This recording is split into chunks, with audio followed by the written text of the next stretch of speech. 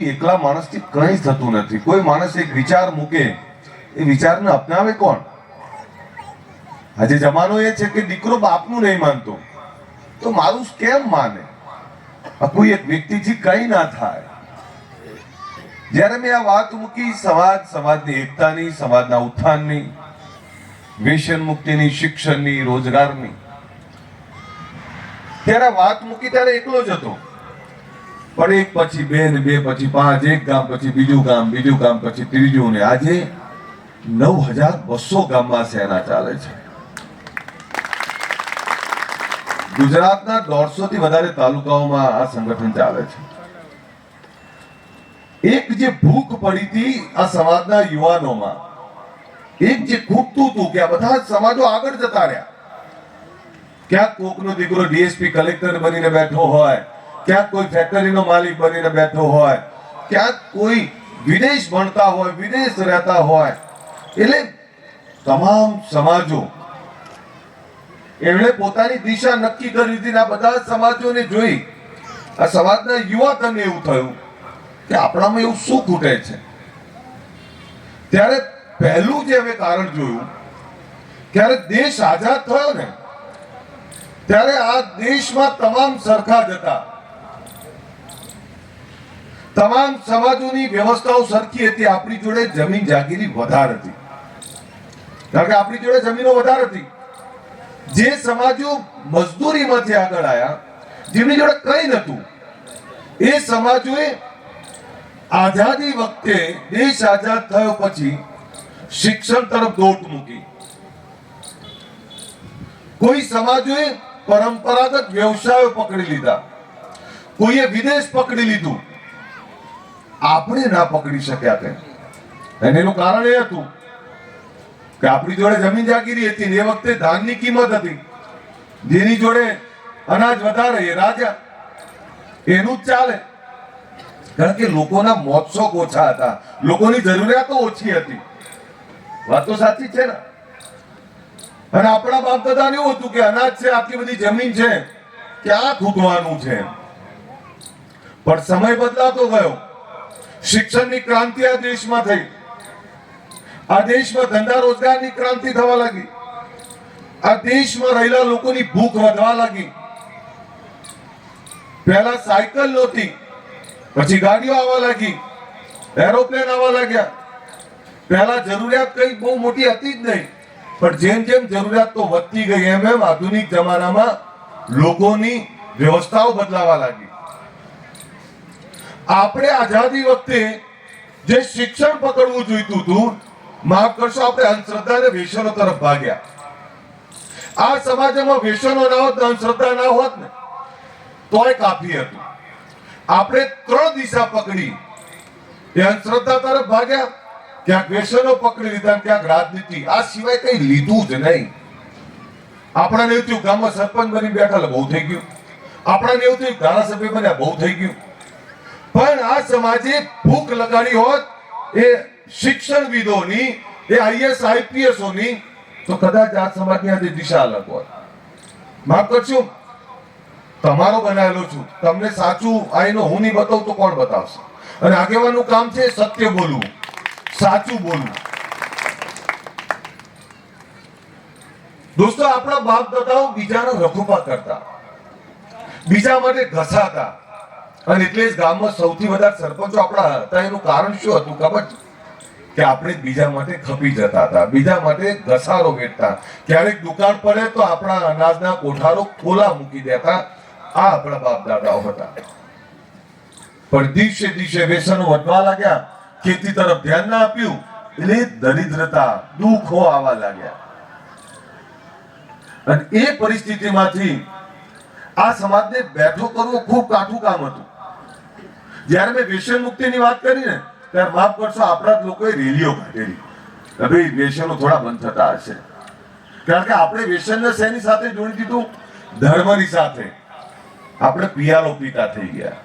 માતા કોઈ પિયાલો પીવે ખરા? દેવ છે, દેવ બહુ પવિત્ર આત્મા છે. માફ કરશો, કોઈને ઠેસ પહોંચતી હોય, પણ એ દેવ છે. દેવ એ પવિત્ર આત્મા છે, પણ આપણે એમની સાથે આ જોડી દીધું. વ્યસનોના કારણે કેટલા યુવાનો આપણે ખોયા, આનો કોઈ હિસાબ ના મૂક્યો. વ્યસનોના કારણે કેટલી દીકરીઓ જવાનીમાં વિધવાથી, આનો હિસાબ ના મૂક્યો. અને એટલે જ નક્કી કર્યું કે જેને જે કરવું એ કરે. આ સમાજમાં મેણું ભાગવું છે, આના સમાજની યુવાધનને આ વ્યસનોથી દૂર કરવા છે. અને હું આભાર માનું અમારા ગુજરાત ક્ષત્રિય ઠાકોરચાના એ લાખો યુવાનોનો કે જેમણે આ બીડું ઝડપ્યું. આજે આ સમાજ વ્યસન મુક્તિ વાળો સમાજ તરીકે ઓળખાવા લાગ્યો. પરિસ્થિતિ એ થવા લાગી કે ગામમાં કોઈ બીજા સમાજનો દીકરો આવડી દિશામાં દારૂ પી નીકળે તો લોકો એવું કહે ઠાકોર જ હશે. આજે પરિસ્થિતિ એ છે કે ઠાકોર નીકળે તો લોકો એવું કહે છે કે એમણે બંધ કરી દીધું, આ આપણો કોઈ બીજો હશે. આ બદલાવ છે. હું નથી ઈચ્છતો કે ગુજરાતનો કોઈ પણ સમાજનો દીકરો આ વિષયોમાં હુમાય. અને આજે ફરીથી કહું છું, હમણાં આપણા માલીવાલ સાહેબ ગુટખાની વાત કરતા હતા. આ ગુટખાનો હિસાબ માન્યો ક્યારે? તમે હિસાબ માનજો ગુટખાનો, વર્ષે તમે એનો હિસાબ માનશો ને સાહેબ, એનો હિસાબ લાખોમાં જતો હશે. હું આરામથી કહું, એક વ્યક્તિ 1, 2, 5 લાખ સુધી પહોંચી જતું હશે. અને માફ કરશો, હું તો ઘણીવાર જોઉં કોઈ બહેનોય ગુટખા ખાતા હોય. જે બેન ગુટખા ખાતી હોય એના હાથનો રોટલો ના ખવાય. હા, બહુ સાચી વાત કરું છું. આ હાથમાં પવિત્રતા હોય છે. આપણે ગમે એટલું હોટલનું કરીએ પણ આપણાને સાચો ઓટકાર ક્યાં આવે ખબર છે? ઘરનું જમીએ ત્યારે. ભલે સૂકો રોટલો હોય, ઓટકાર તો આપણને ત્યાં જ આવે.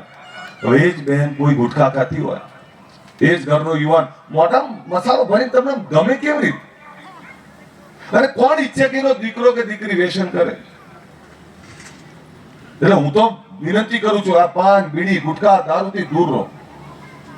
અને સાથે પેટે પાટા બાંધીને પણ પોતાના બાળકોને ભણાવો. આ ભણેલો દીકરો ને દીકરી એક કુળનું નામ ઉજાગર કરશે.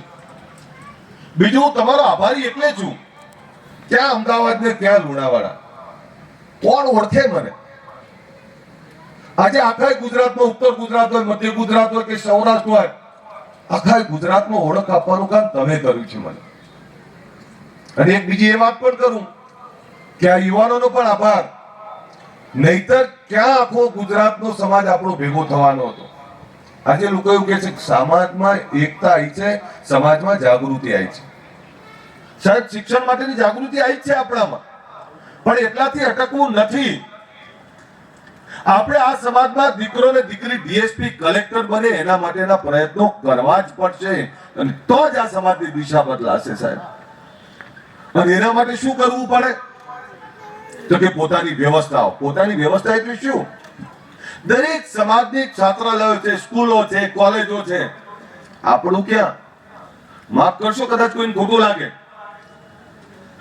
પણ આ આઝાદીના 100 વર્ષ આપણે જયારે ઉજવવાની વાત કરીએ ને, અને આજે 70 વર્ષથી વધારેના વાળા વીતી ગયા. એવું નથી કે આ સમાજમાં આપણને ધારાસભ્યો નહીં મળ્યા, સંસદ સભ્યો નથી મળ્યા, મુખ્યમંત્રી નથી મળ્યા, મિનિસ્ટરો નથી મળ્યા, બધું જ મળ્યું છે. આપણે ફક્ત સલાહ જ મેળવી છે, બીજું કઈ મેળવ્યું નથી. ત્યારે કેટલાક આગેવાનો મેં પૂછ્યું ત્યારે એમણે એવું કહ્યું કે આ માંગવા નહીં આવતા, માંગ્યું નહીં આમણે. સાહેબ, આમને માંગતા નતું આવડતું એટલે તો તમને બેહાડ્યા હતા, તમારે આપી દેવું હતું ને અમને. દેશ આઝાદ થયો એ પછી તમામ સમાજોની વ્યવસ્થા ઉભી થઈ. હજુ આપણે ક્યાંક ફાફે છીએ. અરવિંદભાઈ, હું તો તમને કહું છું, મેં આયા હતા ત્યારે કીધું આપી દો વીઘો અને પૈસા, એ બિલ્ડિંગ ઉભું કરવાની જવાબદારી મારી. કેટલી વીઘો આપી સાહેબ? કેટલી વીઘો? 1 વીઘો સમાજના નામે. સમાજના નામે. ભાઈ તાળીઓ પાડો. 1 વીઘો સમાજના નામે આપણા લુણાવાડામાં આપે છે. અરે કકડીની તાળી પાડો. કોઈ ચોકલેટ છોકરું રોવો તો નહીં આપતા ને આપણે. એકવાર જોરદાર તાળીઓ, 2 ઊંચા રાખીને તાળીઓ પાડો. 11 લાખ રૂપિયા આજ બિલ્ડિંગ ઊભું કરવા માટે હું લખાવું છું. તમને પહેલા મારા લઈ જજો. ધવલસિંહ 5 લાખ બતાવે છે, 11 લાખ ધવલસિંહ લખી લેજો. જો સમાજ સેવા છે ને, બીજાના ગજવામાં હાથ નાખવા કરતા પહેલા પોતાના ગજવામાં હાથ નાખવો પડે તો સમાજ સેવા થાય. સાચી વાત ખોટી? અમે કંઈક આપશું તો તમને કંઈક કહીએ છીએ. સાહેબ, આ જગ્યા 1 મહિના તમે અમને સુપરત કરો સાહેબ. આવનારા 2 થી 2.5 વર્ષની અંદર તમારે અહીંયા છાત્રાલય ઊભી કરી દઈશું અમે. અને એના માટે અહીંયા ગામડે ગામડે ફરવું પડે. તમામ જગ્યાએ ને અમદાવાદ બહુ બધા બેઠા છે. ઠાકોરો જોડે હજી બહુ બધું વધ્યું છે અને આપનારા લોકો બેઠા છે. કામ કરનારા લોકો જોઈએ. મારી વિનંતી એટલી જ છે, જ્યારે આપણે શરૂઆત કરી છે ત્યારે બીજું આમંત્રણ પણ આપી દઉં.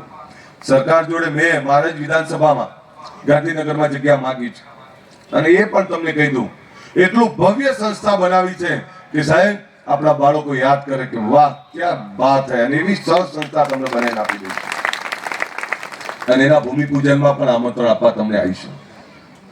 મારી કલ્પના છે. ત્યારે કેટલાક લોકો મને સવાલ કરતા હતા, એ રાજકીય લોકો, કે ભાઈ તમે તાલુકે જિલ્લે સંસ્થાના સપના જુઓ છો તો શાના માટે જુઓ છો? ત્યારે એવા લોકોને કહું છું, ભૂખ તો અમને બહુ મોટી છે, જેટલી પૂરી કરાય એટલી કરીશું. સપનું જોયું છે કે તાલુકે છાત્રાલય હોય, જિલ્લે આપણી સ્કૂલ કોલેજો હોય. આજ નહીં તો કાલ. અને સપને ઉन्हीं के सच होते हैं जिनके सपनों में जान होती. સપના એના જ પૂરા થાય જે જોવે. જેનામાં સપના જોવાની તાકાત ના હોય કેવી રીતે પૂરા થાય? ત્યારે હું સમાજના તમામ આગેવાનોને કહું છું, સમાજનો કોઈ આગેવાન કોઈ કામ કરતો હોય ને તેના પર શંકા ના કરતા. આપણે 100 રૂપિયા આપીને 1 કરોડ રૂપિયાનો આડ નાખીએ છીએ ને બધા બિયાય છે. બીજા સમાજો કેમ આગળ છે ખબર છે? આપણે પાટીદાર સમાજની વાત કરીએ તો એના દાતાઓથી, આજે રબારી સમાજના એના દાતાઓથી, તમામ સમાજો. મારા ત્યાં બ્રહ્મ સમાજ ખૂબ મોટી સંખ્યામાં છે. મારા ત્યાં ચૌધરી સમાજની સંસ્થા બની રહી છે. મારા ત્યાં પ્રજાપતિ સમાજની ખૂબ મોટી સંસ્થા બની રહી છે. મારા ત્યાં પાટીદાર સમાજની 10 સંસ્થાઓ છે. મારા ત્યાં બ્રહ્મ સમાજની સંસ્થા ખૂબ મોટી છે. મારા ત્યાં રબારી સમાજની 2 સંસ્થાઓ છે. તમામ સમાજમાં જે આગેવાનો કામ કરે છે અને એ આગેવાનો સફળ થયા છે તો એના સમાજમાં રહેલા એ દાતાઓના કારણે. દાન આપવું કોઈ નાના માણસનું કામ નથી. દાન એ સુરાનું કામ છે. આજે 1 રૂપિયો ચોકલેટ આપતા ડરીએ અને એ જ વ્યક્તિ જ્યારે ઘરમાંથી નાણાંની કોથળી આપી દે એ સુરવાનું કામ છે, સુરવીરનું કામ છે, નાના માણસનું કામ નથી. અને ત્યારે કહું છું આ દાતાઓને પણ, તમારી પેઢી, તમારા બાળકોને ઉજ્જવળ ભવિષ્ય આપવું હોય ને તો દાનની પ્રથા પાડજો. 2 શોખ ઓછા કરજો. 2 જગ્યાએ ડાયરામાં ઓછા પૈસા ઉડાડજો, પણ તમારા બાળકોના ઉજ્જવળ ભવિષ્ય માટે 1 રૂપિયો દાન કરવાની પ્રથા પાડજો સાહેબ. નહીતર આવનારી પેઢી તમને માફ નહીં કરે. જમાનો ગયો. હજી કેટલાય જોડે જમીન જાગીરી છે તો સારી ખેતી કરો ને. 5 વીઘાનો ખેડૂત અને એ વર્ષે તમારા 50 વીઘાના ખેડૂતને ઉછીના રૂપિયા આપે, બિયારણ માટે પૈસા આપે. તો એવું તો શું છે? 50 વીઘા તમારી જોડે છે 5 વીઘા વાળો શાંતિથી સુખીથી રહેતો. એનું કારણ શું છે? એના કારણનું સંશોધન કરવાની જરૂર છે. એક તો 5 વીઘામાં એ 2-3 પાક લે છે, સારી ખેતી કરે છે. સવારે 4 વાગે તો ખેતરમાં હોય. આપણે સવારે 10 વાગે ઉઠીએ કે જોઈએ હમણાં ખેતરમાં જતા આવીએ, ખાલી આંટો મારવા જઈએ. એવું ના થાય કે ખડ ઉગી લાવો નીંદી દઈએ, ખડ લઈ લઈએ. એવું ના થાય કે સારી ખેતી કરીએ અને એવું ના થાય કે કાળી મજૂરી કરી ખેતી કરીને જે પૈસા આયા છે તો આ પૈસાની બચત કરીએ. આપણે તો પૈસો કઢવા આવતો ને એવું થાય છે કે જેવો પૈસો આવ્યો એવો ગઢવામાંથી બહાર કેવી રીતે જતો રહે, કેવી રીતે ઉડાડી મારી આની રાહ જોઈને બેઠા હોઈએ છીએ. આ ના કરો. નક્કી કરો કે દર સિઝનમાં મારે 25,000 બચાવવા છે. સાહેબ, બચત કરેલો રૂપિયો એ તમને ક્યારે દેવાદાર નહીં બનવા દે. એ મારી વિનંતી છે કે સારી ખેતી કરતા હોય તો સારી ખેતી કરો, ધંધો કરતા હોય સારો ધંધો કરો. હું મારા ડ્રાઈવરને કહેતો હોઉં છું કે કદાચ હું ડ્રાઈવર હોત ને તો મારો શેઠ મારાથી પૂછા જ રહેતો, એટલો સારો ડ્રાઈવર બનો તું સાહેબ. કદાચ હું સારો કોઈ પત્રકાર બન્યો તો હું સારો પત્રકાર બનું, સારો વકીલ હતો હું સારો વકીલ બનો. પોતાના ધંધાને, પોતાની રોજગારીને, જે તમારું પેટ ભરે છે એને પ્રેમ કરતા શીખો સાહેબ, ક્યારે દુખી નહીં થાવ. તમારા વ્યવસાયને પ્રેમ કરો, જ્યાંથી રોજી આવે છે ત્યાં પવિત્રતા રાખો, ઈમાનદારી રાખો. આ હમણાં પેલું એકા બેન, બે ના ત્રણ, આવરી કરોડપતિ નહીં થવાય, ક્યારે આવરી ચૂકી ના થવાય. કોઈ તમને વધારે વ્યાજ આપે, વધારે લાલચ આપે, એનાથી સુખી નહીં થવાય. એ તો ટીપે ટીપે સરોવર ભરાય. કોઈ લૂંટીને કરોડપતિ થયું હોય મને કોઈ બતાવો. કોઈ બુટલેગર મોભાદાર બન્યો એવો બતાવો મને. બે હોનાના દોરા જોઈને કઈ સુખી ના કહેવાય એને. આપણે આગેવાની પરિભાષા શું છે? તો કોઈ 2 રૂપિયા દાન આપી દે બુટલેગર અને પછી તમે કહો કે આગેવાન છે, આગેવાન ના કહેવાય. આગેવાન તો બીજા માટે ઘસાઈ જાય, બીજાની ચિંતા કરે, એમાંથી લોકો શીખે. એના આગેવાન, આગેવાન તો એને કહેવાય જે સહન કરી શકે. આપણે તો પરિસ્થિતિ એવી છે, અમે ધારાસભ્ય બની બેઠા, અમે આગેવાનો બેઠા, સમાજમાં કોઈ આગેવાન કઈ માગે, અરે હું તો કોઈ એના આંગણાનો રોડ માગે અને બધા વચ્ચે માગ્યો ને તમને એ વખતે કહ્યું હતું તમે આપ્યું નહીં, તો આપણે પાછા ટણી કરીએ ભાઈઓ, આમ ટણી કરીએ.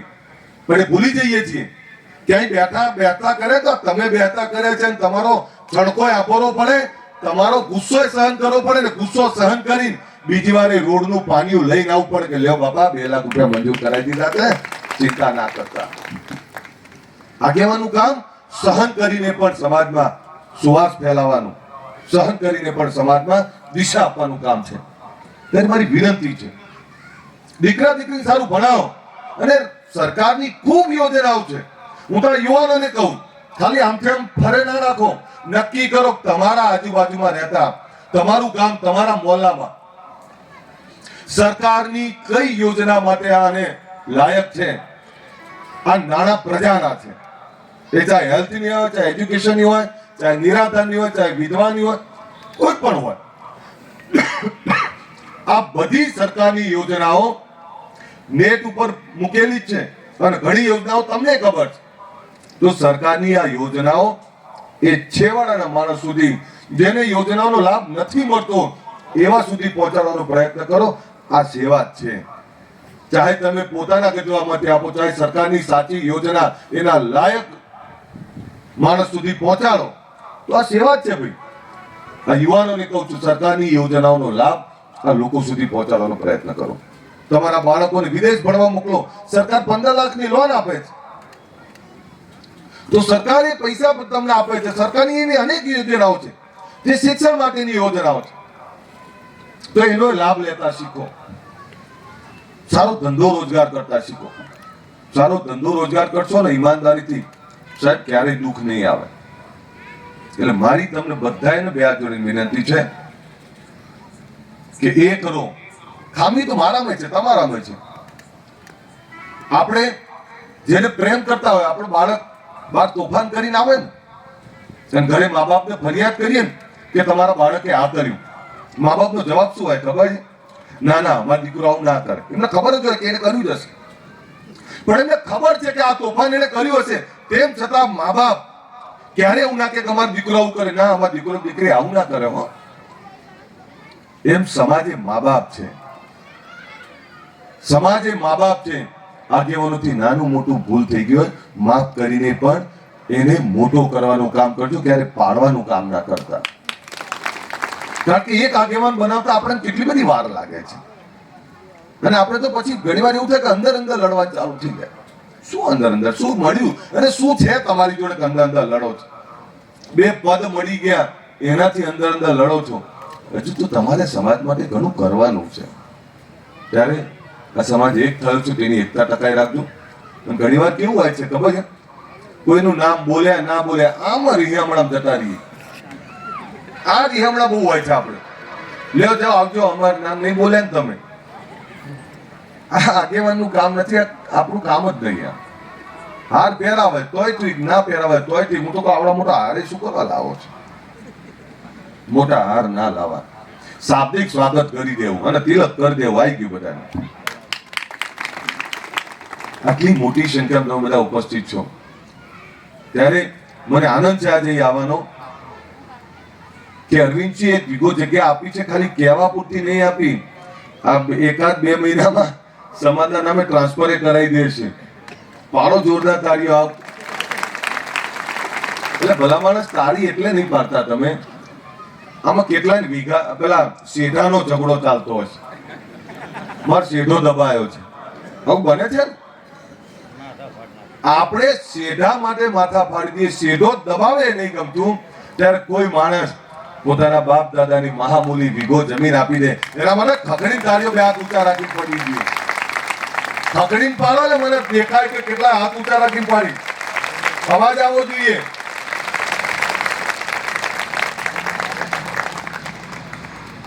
તમારે અહીંયા ચોખ્ખું ઘી, ચોખ્ખી આબોહવા, ચોખ્ખું દૂધ, ચોખ્ખો ખોરાક. અમારે ત્યાં બાટલીની દૂધ આવે, કેટલા પ્રકારનું મિક્સ આવે.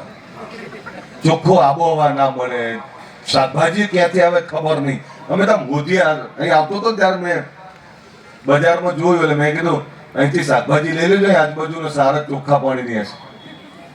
અને તોય તમારા કરતા અવાજમાં કરંટ છે ને તમે શહેરવાળા જેવી તાળીઓ પાડો છો. શહેરમાં તાળી પાડતા હોય ખબર જ ના પડે, અવાજ જ ના આવે. આપણે તો ગામડાના લોકો, ખેડૂના દીકરા, અને આપણા કાનામાં તાકાત છે, અવાજ પડે એટલે ગુંજવો જોઈએ એવી ખખડી તાળી પાડો. અરવિંદજીને લાગે કે ના મારું આપેલું.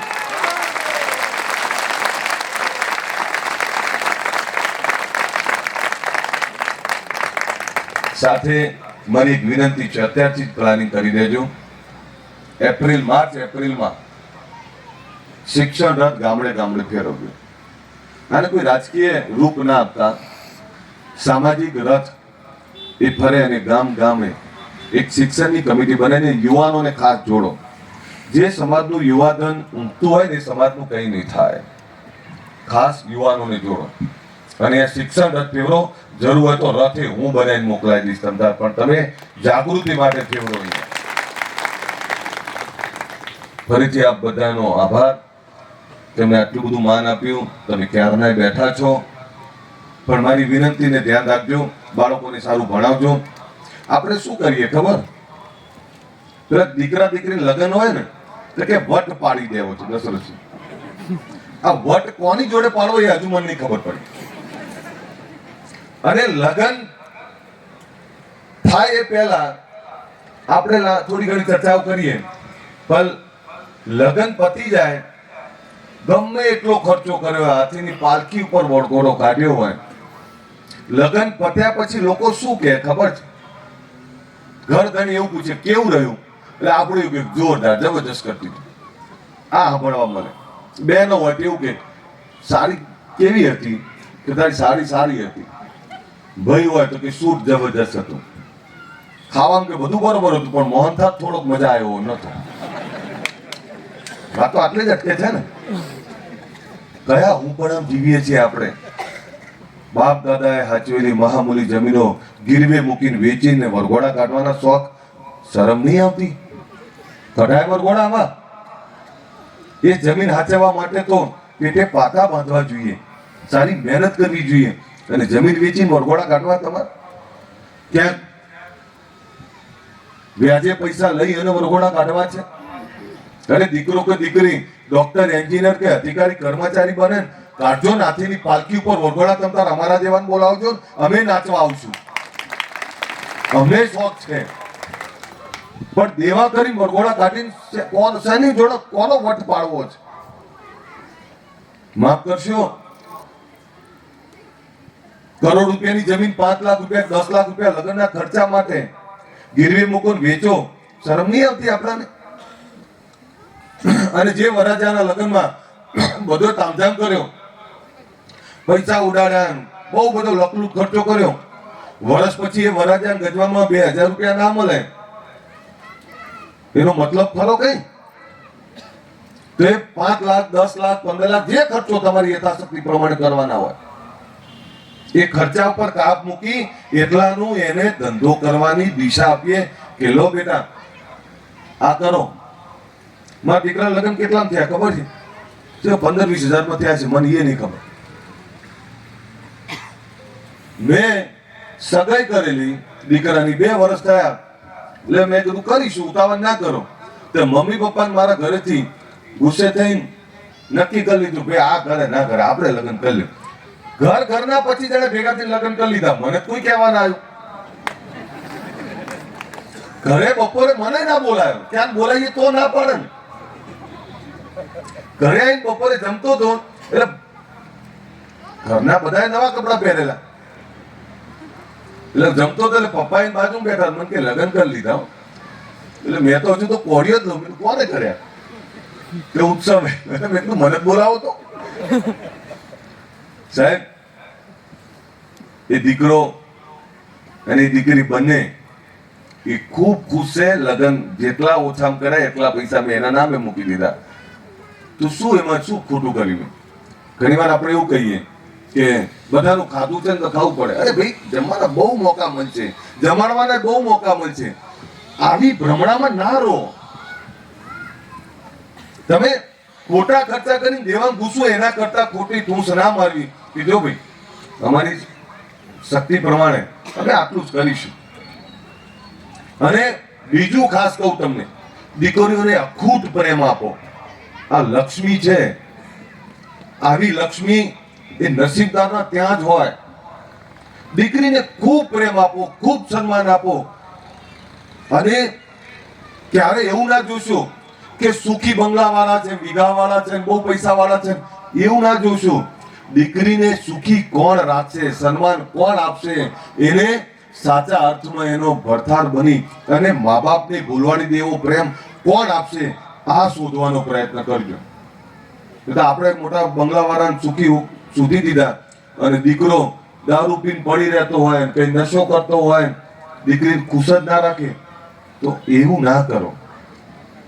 દીકરીનું જ્યારે પણ સગપણ કરો ત્યારે પાકું કરી લો કે ભાઈ દીકરો તમારો ભલે ગમે તેવો હોય, નશો કરતો હોય તો મારી દીકરી તમારા ત્યાં નહીં આપું. આ વાત આપણે કરવી પડે. તમારો વીરો ઝગમગ ભલે થતો હોય પણ દારૂ પીને નહીં, સારો ધંધા રોજગાર કરી. આપણે બધા કેવા છીએ ખબર છે?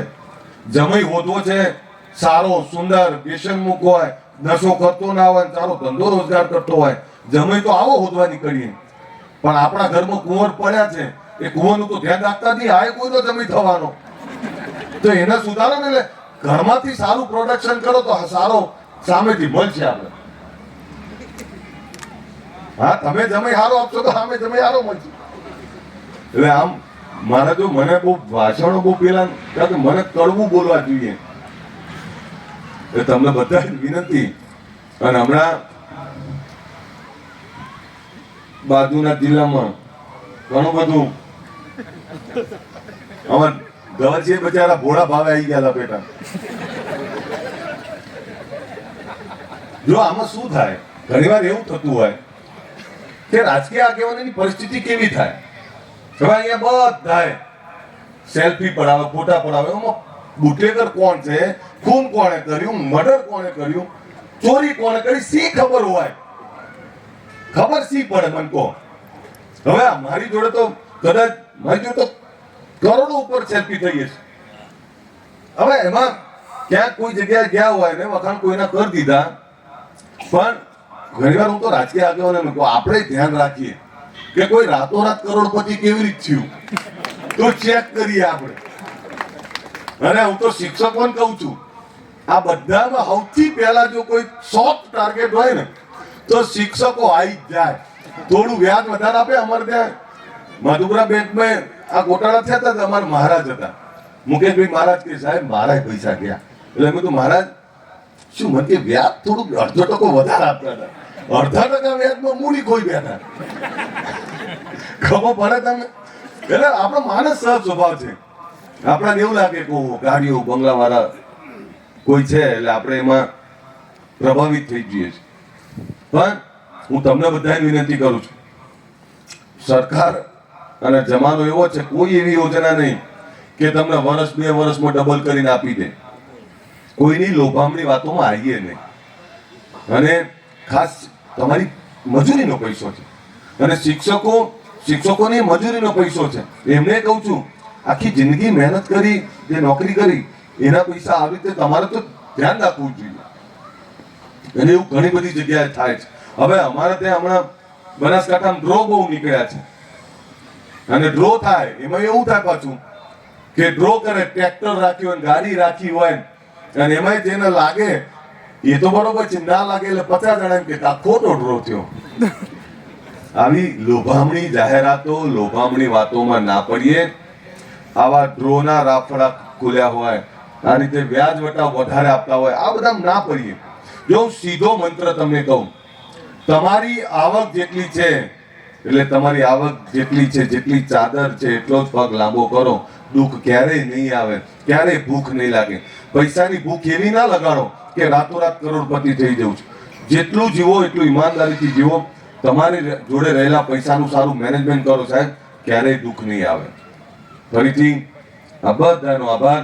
અને હવે ફરતી જ્યારે અહીં મને બોલાવો ત્યારે અરવિંદસિંહને વિનંતી કરું છું, આખી મહીસાગરની ટીમને વિનંતી કરું છું કે માર્ચ એપ્રિલમાં અહીંયા રથ ફેવરો, અને રથ ફેવરો એ પહેલા આ જમીનનું ભૂમિપૂજન કરીએ, છાત્રાલયનું.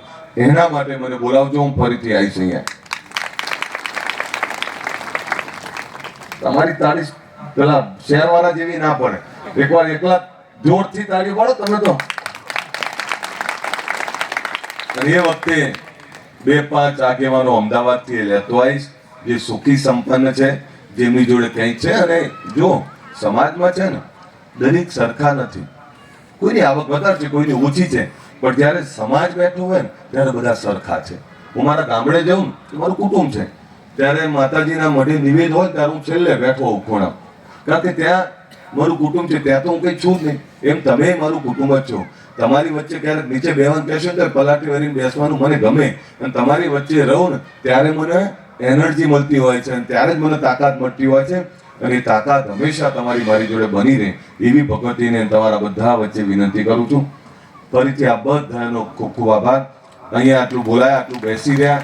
જમવાનું બાકી છે ને બધાને? તો બધા જોડે જમીએ. મને ધવલસિંહ કે સાહેબ જમવાનું, મેં કીધું આ બધા ભેગા આપણે ઉભા 2 કોડિયા લઈ લઈશું. ત્યાં મોકો મળવાનો છે.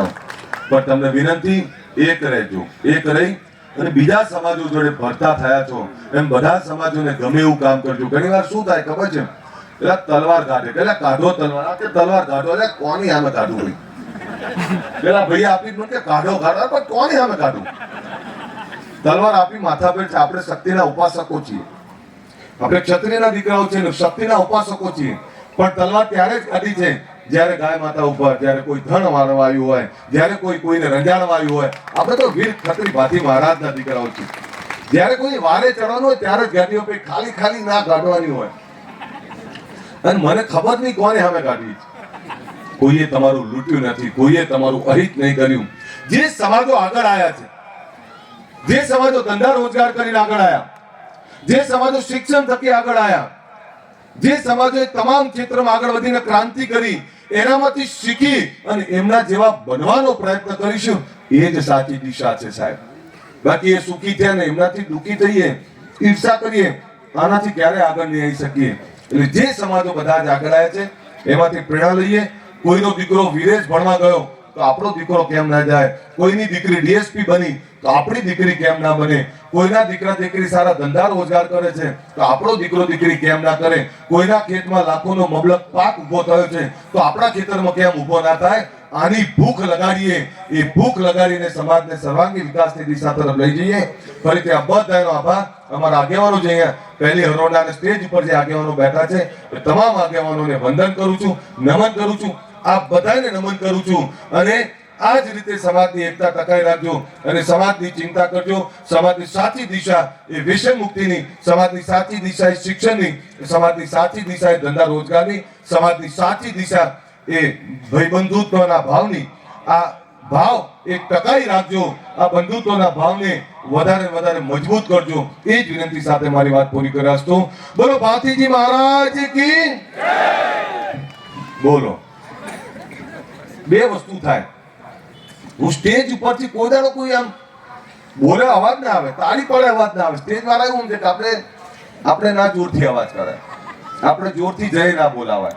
અને તમે હમણાં જ મેં કહ્યું એમ, એટલે ભલામણ અમદાવાદ રહું છું, ચોખ્ખો ખોરાક છે કે નહીં એ ખબર નહીં, અને તોય કરાજી બોલું છું. તમે તો અહીંયા રહો છો અને અહીંયા તો જોયું કેટલી સરસ નદી, કેટલા પહાડો. આ તો નસીબદારને મળે, આ નસીબ હોય એને જ મળે ને. એની ધરા ઉપર રહી પાકું ધાન ખાઈને મજબૂત હોય તો એના અવાજમાં કરંટ હોવો જોઈએ. આપણા ભાતીજી મહારાજ, એ આપણું ભગવાન, આપણો ઈષ્ટ, એની જય બોલાતા હોય ત્યારે અવાજમાં કરંટ હોવો જોઈએ.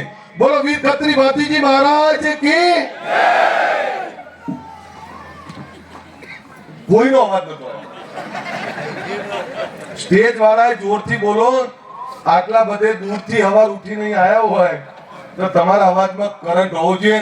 બોલો વીર ખત્રી ભાતીજી મહારાજ કી. અસ્તુ. જય હિન્દ, જય જય ગુજરાત.